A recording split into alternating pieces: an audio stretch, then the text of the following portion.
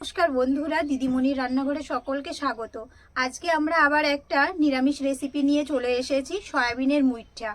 আমি এদিকে জল গরমও বসিয়ে দিয়েছি, সয়াবিনগুলোকে ভিজিয়ে নেব। সেই জন্য আপনারা সঙ্গে থাকুন, দেখতে থাকুন কিভাবে রান্না হয়।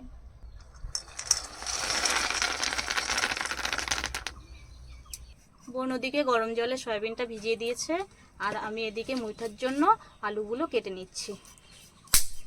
আলুগুলোকে এরকম লম্বা লম্বা সাইজ করতে হবে, এরকম লম্বাভাবে।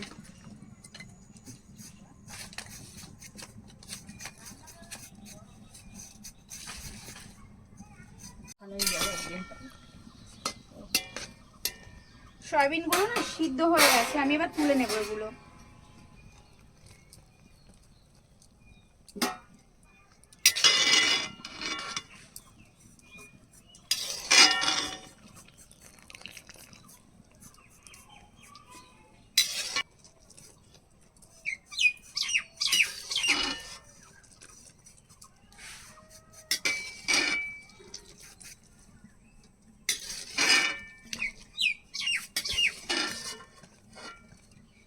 সয়াবিনগুলো এবার ঠান্ডা জলে ধুয়ে নেব ভালো করে।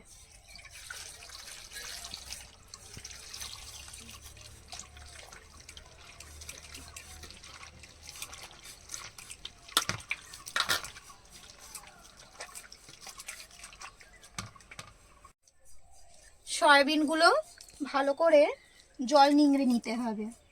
সয়াবিন থেকে ভালো করে জলগুলো না নিংড়ালে পরে যখন মুইঠা তৈরি করব তখন ঠিক মুইঠার শেপটা আসবে না, তেলের ওপর দিলেই ভেঙে যাবে। তাই ভালো করে এরকম করে জল ঝরিয়ে নিতে হবে চেপে চেপে।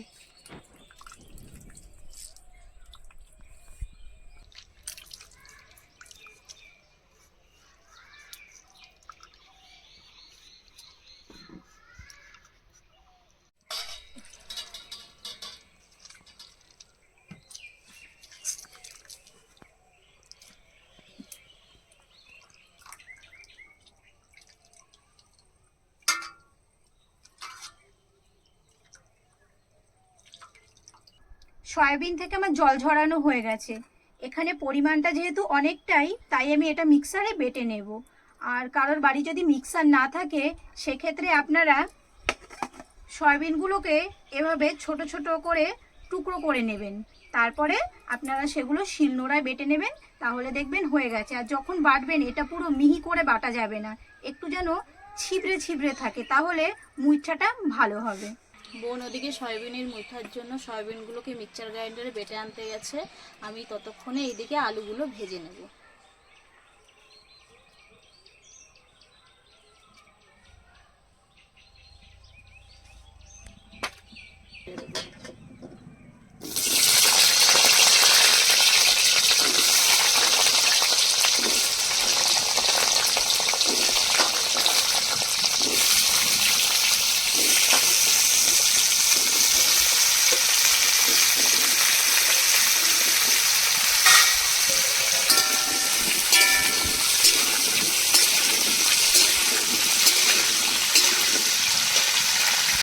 আলু ভাজা হয়ে গেছে, এবার তুলে নেব।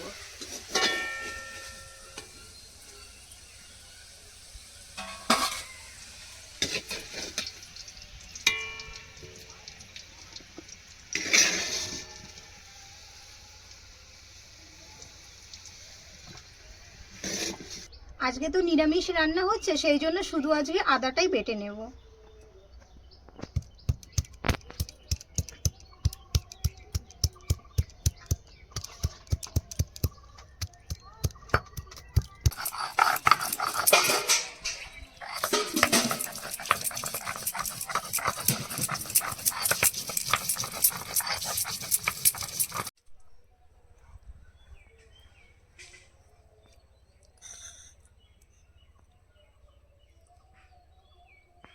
সয়াবিন বাটাটা একদম মিহি হবে না, একটু ছাড়া ছাড়া হবে। এই রকম দেখুন আপনারা, একদম পুরো কিন্তু মিহি বাটা হয়নি। তো এর মধ্যে এবারে দিয়ে দেবো বেসন। বেসন অল্প অল্প করে দিতে হবে, আর বুঝতে হবে কতটা বেসন দিলে ঠিক বাইন্ডিংটা হবে, পরিমাণ মতো সেইভাবে দিতে হবে। এর মধ্যে দিয়ে দেবো হলুদ গুঁড়ো, ধনে গুঁড়ো, জিরে গুঁড়ো, শুকনো লঙ্কার গুঁড়ো আর পরিমাণ মতো লবণ দিয়ে, আর সামান্য কাঁচা আদা বাটা দিতে হবে। এখানে আদা বাটাটা কিন্তু অবশ্যই দিতে হবে, না হলে কিন্তু স্বাদ ঠিক মতো এখানে আসবে না। এখানে আমার অনেকটাই নরম মনে হচ্ছে, তো এখানে আরও কিছুটা পরিমাণ বেসন লাগবে।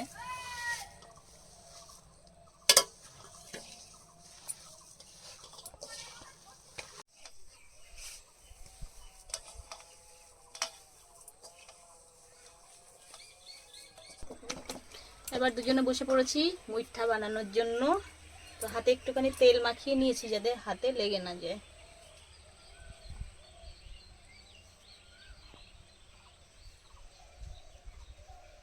যে এরকম যতটা সম্ভব একটু এভাবে চেপে চেপে নিতে হবে।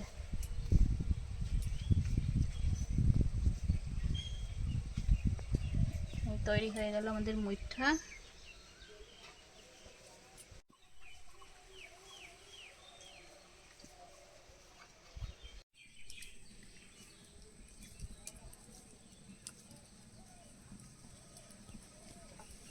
এবার কড়াইতে তেল দিয়ে দেব।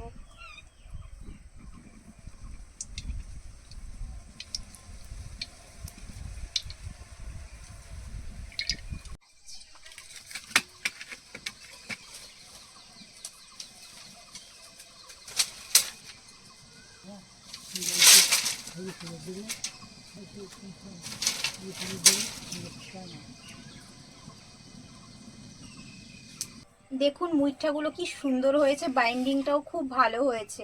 তেলটা গরম হয়ে গেছে, আমি এবার এগুলোকে ভেজে নেব।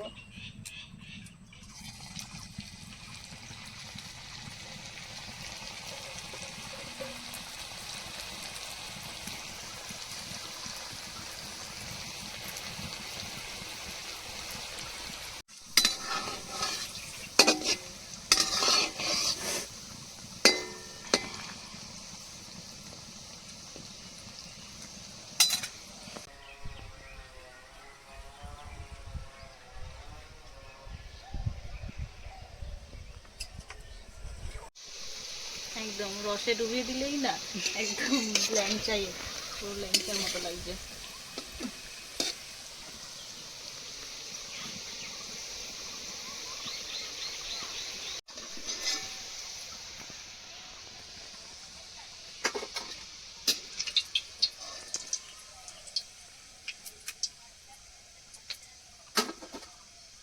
ভাজা শেষ আর তো খাওয়া শুরু হয়ে গেল। ভাজাটা দারুণ লাগছে খেতে।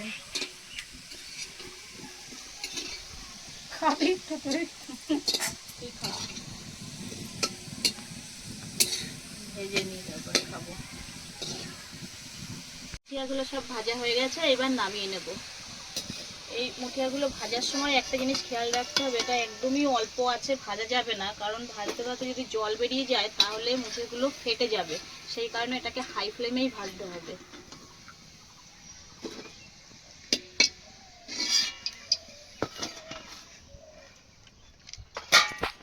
এবার তেলে জিরে, তেজপাতা আর অল্প পরিমাণে একটু হিং দিয়ে দেব। হিংটা নিরামিষ রান্নায় দিলে তার স্বাদটাই অন্যরকম হয়।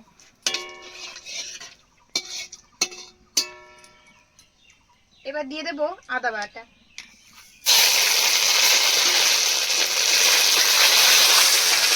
এবার টমেটো কুচি দিয়ে দেব।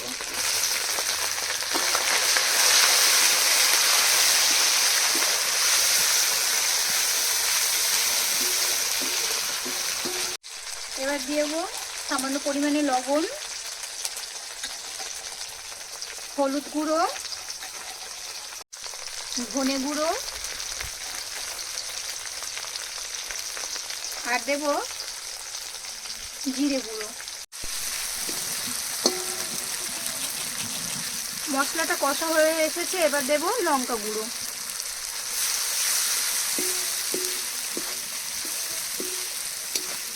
এবার ভেজে রাখা আলুগুলো দিয়ে দেবো।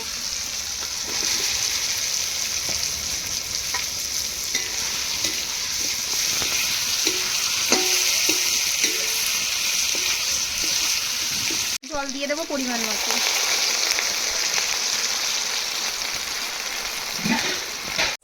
আলুটা গলে গেছে, এবার মুইঠাগুলো দিয়ে দেব।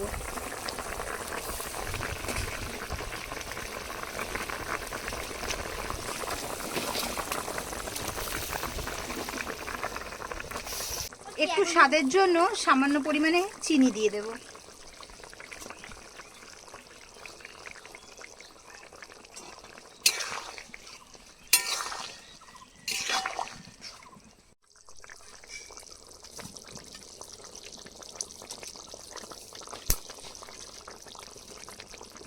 মুইঠাটা হয়ে এসেছে, এবার গরম মশলা গুঁড়ো ছড়িয়ে দেব।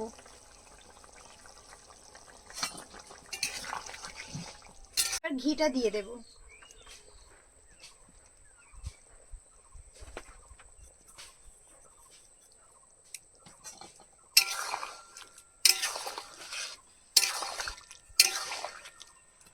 ঘিটা দেবার পর 5 মিনিট ঢেকে রেখেছিলাম, এবার নামিয়ে নেব।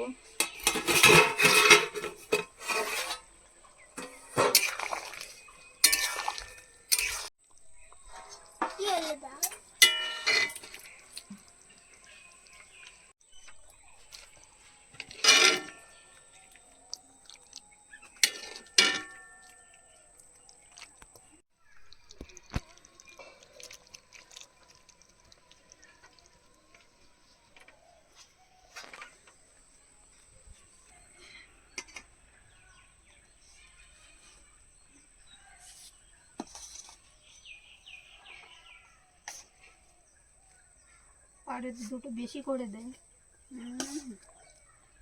গীতু সকালে ভাত খেয়েছিলি? গীতিশা সকালে ভাত খেয়েছিলি? ভাত খাইনি? পাশে দেবো।